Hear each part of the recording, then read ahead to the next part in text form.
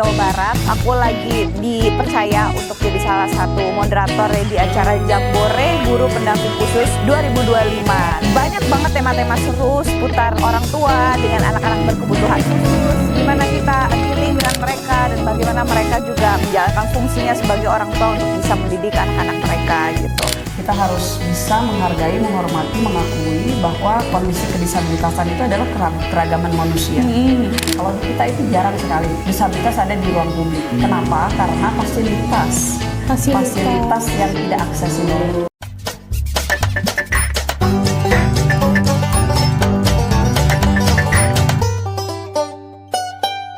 Hai, assalamualaikum warahmatullahi wabarakatuh. Teman-teman semua, apa kabarnya nih? Back again with me Bella Fauzi on my vlog pastinya. Hari ini aku lagi ada di Sekolah Alam Bogor, Jawa Barat. Aku lagi dipercaya untuk jadi salah satu moderator di acara Jambore Guru Pendamping Khusus 2025. Banyak banget tema-tema seru seputar orang tua dengan anak-anak berkebutuhan khusus. Gimana kita dealing dengan mereka dan bagaimana mereka juga menjalankan fungsinya sebagai orang tua untuk bisa mendidik anak-anak mereka gitu. Dan pastinya ini kita akan ketemu dengan komunitas yang seru-seru ya, banyak banget. Dan aku senang banget sama tempatnya karena selain temanya sekolah alam, jadi pastinya harusnya nanti kita lihat kayak gimana suasananya, harusnya sih ada hijau-hijau gitu ya. Tapi jelas dari depan aja tuh desainnya udah menarik banget. Kalian bisa ngelihat nih kalimat-kalimatnya tuh aku suka. Jadi kayak ini dari sekolah ke komunitas, dari komunitas ke peradaban, dan itu yang menurut aku tuh peradaban yang bikin sebuah bangsa tuh bisa maju gitu ya guys ya. Di sebelah sini juga jadi Sekolah Alam Bogor, more than a school, it's a community. Jadi community itu sebenarnya yang bikin kita sebagai individu tuh kalau bergabung dalam sebuah komunitas yang sehat, kita tuh bisa menjadi kuat dan bisa bikin banyak hal yang lebih impactful ke masyarakat nantinya gitu. Oke, sekarang langsung aja yuk kita masuk ke dalam karena kayaknya aku harus di briefing dan nanti sekitar jam 8.30 aku akan memulai sesi aku dengan narasumber aku, kalau nggak salah namanya Ibu Dante. Doain ya, semoga ini acaranya lancar. Let's go!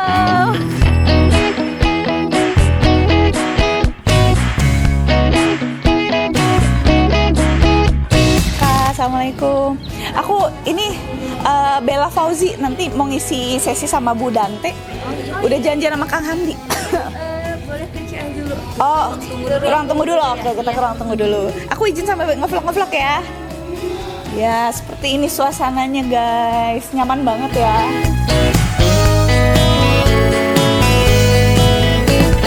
Kayaknya acaranya di sana deh, udah kedengeran suaranya. Assalamualaikum. Assalamualaikum.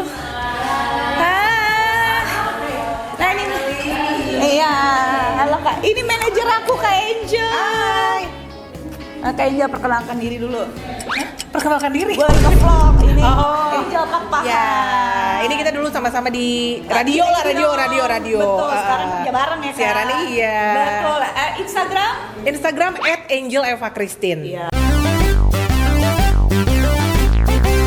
Ya. Follow, like, komen, dan subscribe. Halo Kak. Selamat datang. Halo, terima kasih. Ini dengan Kakak Eba. Kak Eba. Saya bagian dari di acara Kagume hari ini. Oke, jadi dari bagian acara ini namanya Kakak Eba. Salah satu penanggung jawab nanti ya di sesi aku sama Bu Dante. Oke, nah ini namanya Kakak. Salam kenal dengan Dede. Oh, Mbak Dede. Jadi nanti susah ya. Bukan Mamah Dede. Kecil. Iya. Kalau ini Kakak Dede, bujangan Mamah ya. Kalau Mamah udah ada. Iya, enggak, nanti saya curhat. Curhat dong mah. Kalau ini Kak Dede Sama bagian sekretaris Kagume. Oh, sekretaris Kagume. Oke, baik. Nah, jadi ini kita udah ngumpul sama panitianya, ada Mama, Kak Dede dan juga Kak B. Kak Eba, AB lagi Eba. Nanti udah ada Kak Angel juga, jadi kita mau briefing dulu guys supaya nanti acaranya lancar. Oke.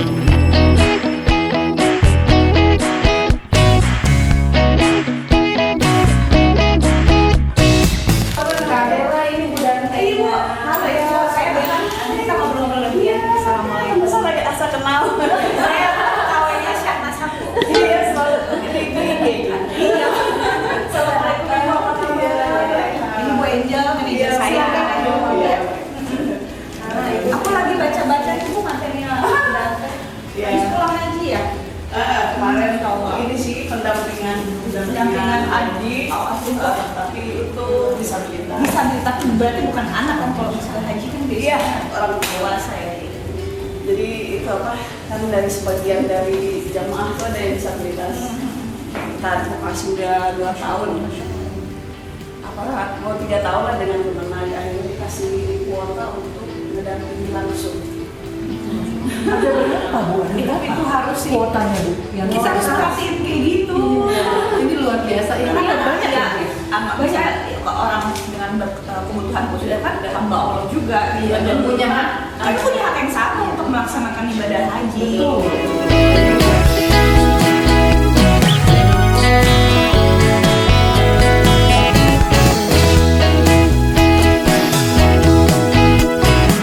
Terima kasih banyak, boleh beri tepuk tangan yang meriah dulu untuk 2 MC kita. Alhamdulillah, terima kasih banyak untuk perkenalannya.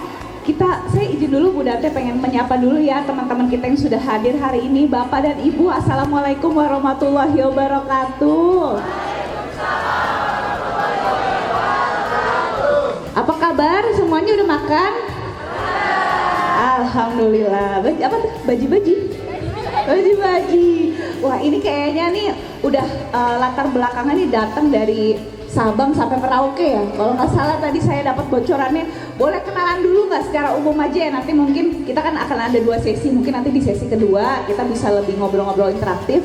Sesi pertama mungkin nanti akan lebih ke pemaparan materi dari Ibu Dante. Nah, kita mau nanya dulu nih teman-teman, ada dari daerah mana aja sih kalau boleh tahu? Kebumen. Tadi yang bilang Medan.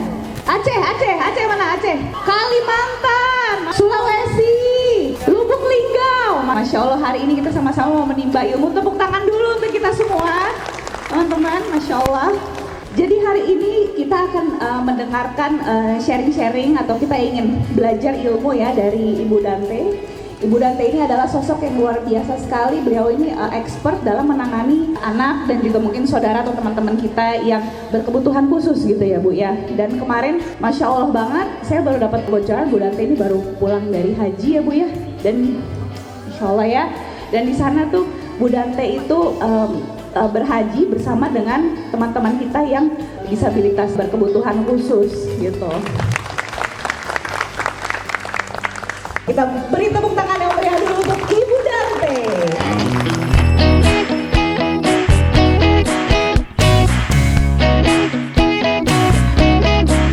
Haji ramah lansia. Oke. Ya, 2023. Kemudian 2024 kami advokasi. Jangan lansia aja. Nah, iya betul. Ramah lansia dan disabilitas. Akhirnya dipakai tahun lalu 2024 dan tahun 2025 itu kemudian diterapkan. Tetapi kan karena baru butuh pemahaman. Yes. Ya, saya mau kasih contoh ya, akomodasi yang layak itu seperti apa. Teman-teman sepakat nggak bahwa setiap orang termasuk penyandang disabilitas punya hak yang sama? Setuju. Sepakat ya? Ya. Dan undang-undang menjamin, Mbak Bella. Udah ada undang-undangnya? Iya, Undang-Undang Nomor 8 tahun 2016 tentang penyandang disabilitas. Di sana dinyatakan bahwa penyandang disabilitas memiliki hak, mulai dari hak hidup, hak bebas dari stigma, hak pendidikan, kesehatan, keagamaan, politik, semua hak yang dimiliki oleh non-disabilitas itu dimiliki oleh penyandang disabilitas. Jadi kita tidak menyebutkan Bu Dante ini penyandang disabilitas, bukan. Hambatan pendengaran, kemudian disleksia, kemudian sekarang juga harus berjalan, kesulitan berjalan, harus menggunakan kruk, dan kalau jarak jauh harus menggunakan kursi roda. Disabilitas bukan? Iya, dengan 2, hambatan pendengaran dan disleksia itu namanya disabilitas ganda. Oke. Putri ngobrol sama teman kami yang baru pulang dari Australia. Beliau netra, tapi beliau komorbid, dibarengi dengan sakit diabetes. Di Australia, orang yang seperti ini mereka kategorikan sebagai disabilitas berat. Maknanya apa? Dukungan yang harus diberikan kepada teman penyandang disabilitas berat ini itu harus benar-benar sesuai dengan kondisinya. Bukan berarti ketika dia dinyatakan disabilitas berat maka dia udah stay at home. Jangan nyerah dulu ya Bu ya. Iya, tapi seringkali kan seperti itu. Orang melihat saya misalnya, oh Bu Dante kan sakit, udah nggak usah bekerja. Padahal Ibu masih mau kerja kan? Padahal saya masih mau kerja dan saya punya hak. Tetapi lingkungan tidak memberikan dukungan. Inklusif tidak pernah berhenti. sekarang ini pasti sudah berkembang lagi kan dengan AI, ya, Mbak Bella, bahwa bagaimana Bapak Ibu untuk menjaga anak dengan disabilitas intelektual tahu bahwa dia tidak sedang berbicara dengan orang yang sebenarnya. Dan kalau itu dijangkau oleh teman-teman disabilitas intelektual atau disabilitas psikososial yang lain yang berat, mungkin mereka bisa menganggap bahwa ini benar orangnya untuk bicara, bisa menjadi korban tindak pidana perdagangan orang.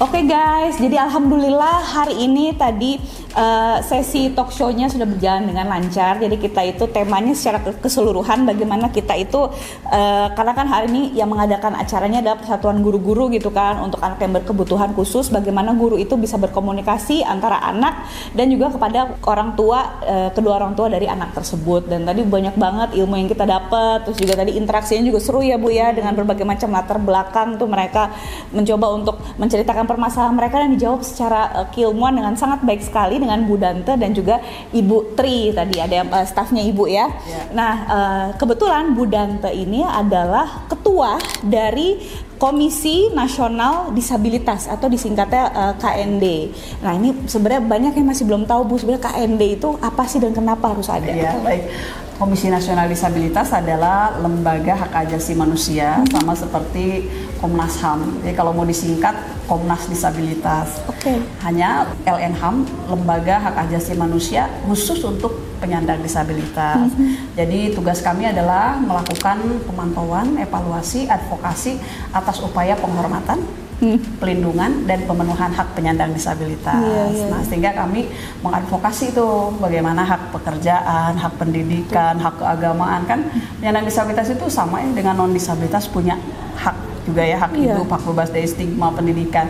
Nah, kami advokasi kayak gitu. Mereka juga sama-sama warga negara ya, jadi harus yang sama. Iya, punya hak yang sama, itu dia. Nah, tadi kan Ibu kan sempat bilang pas tadi kita talk show tuh namanya ada terminologi yang seringkali kita tuh salah kaprah dalam penggunaannya in terms of dalam treatment kita kepada teman-teman kita penyandang disabilitas gitu.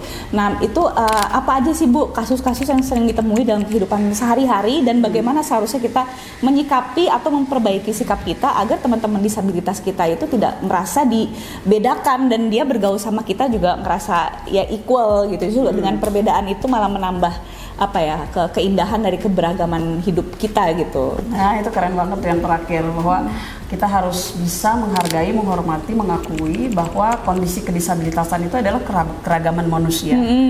Namun yang terjadi saat ini adalah stigma ya, stigma kepada penyandang disabilitas itu masih sangat melekat kuat. Nah, salah satu hal yang melekat kuat itu seperti apa? Misalnya seolah-olah penyandang disabilitas itu kalau mencapai titik tertentu itu sesuatu hal yang tidak wajar. Contoh misalnya orang tahu nih Bu Dante ini penyandang disabilitas, dan orang tahu Bu Dante jadi dokter. Masa sih Bu Dante aja bisa jadi dokter, kita yang sempurna atau kita yang normal tidak bisa jadi dokter gitu. Nah, itu kan bahasanya. Ya, itu kan seolah-olah kalau penyandang disabilitas itu tidak akan bisa gitu. Padahal yang mengakibatkan seseorang menjadi berkembang, memiliki sesuatu hal itu adalah semangatnya, kemudian konsistensinya, komitmennya, dan lingkungan.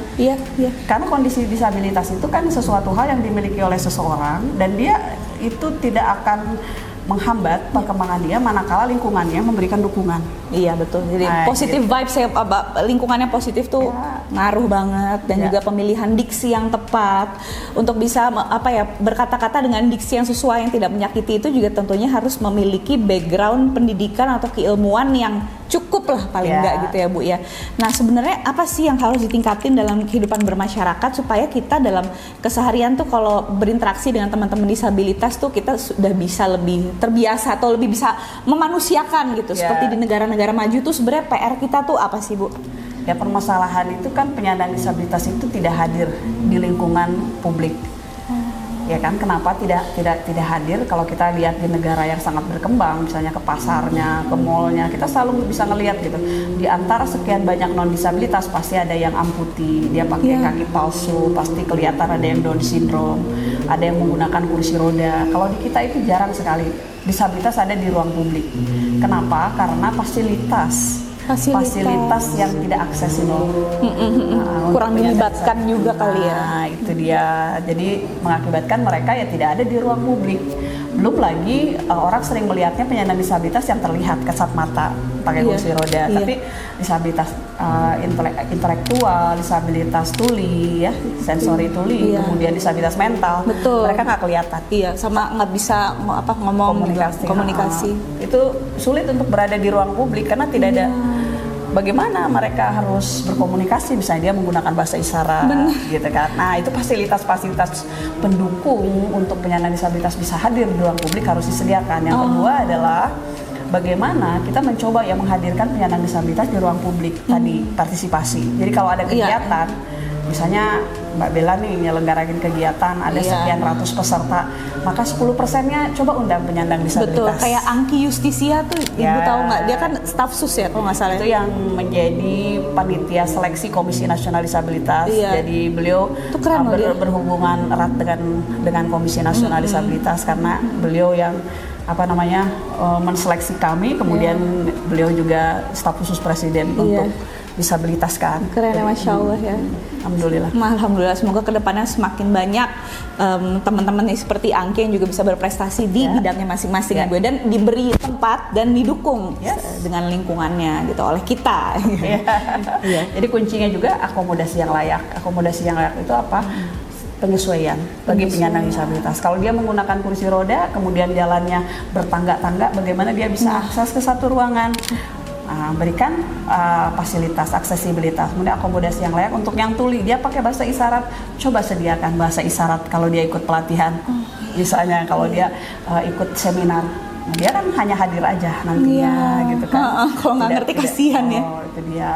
Iya, betul. Jadi fasilitas pendukung tuh penting banget teman-teman. Dan semoga aja lewat vlog ini bisa sama-sama membangkitkan awareness kita gitu ya. Minimal kalau misalnya belum bisa menyediakan fasilitasnya, kita mau lah belajar dikit-dikit gitu bahasa isyarat, atau kalau misalnya ada teman-teman kita yang mungkin, atau misalnya orang tua yang butuh bantuan misalnya di kursi roda gitu ya, kita ada kesadaran untuk yuk kita bantu yuk gitu. Misalnya mungkin keluarga kita atau teman-teman kita yang emang butuh ruang untuk disediakan fasilitas untuk berekspresi, kalau kita emang bisa bantu mereka gitu supaya lebih dilibatkan, kenapa nggak kita lakukan itu gitu ya. Keren. Baik. Bu Danta, terima kasih banyak. Semoga nanti next kita bisa ketemu lagi, siapa tahu aja akan banyak yang bisa kita lakukan ya. Amin, gitu. Amin. Demi sama-sama mendukung ruang yang egaliter bagi teman-teman disabilitas kita. Amin, mantap. Terima kasih banyak Kak. Sama-sama Ibu. Terima kasih teman-teman semua. Thank you for watching my vlog, dan jangan lupa follow ada Instagram Ibu atau IG Dante_Rigmalia, dan Komisi Nasional Disabilitas ada IG-nya, Komisi Nasional Disabilitas. Oke, itu tadi Instagramnya. Jangan lupa di follow ya teman-teman. Bye, thank you.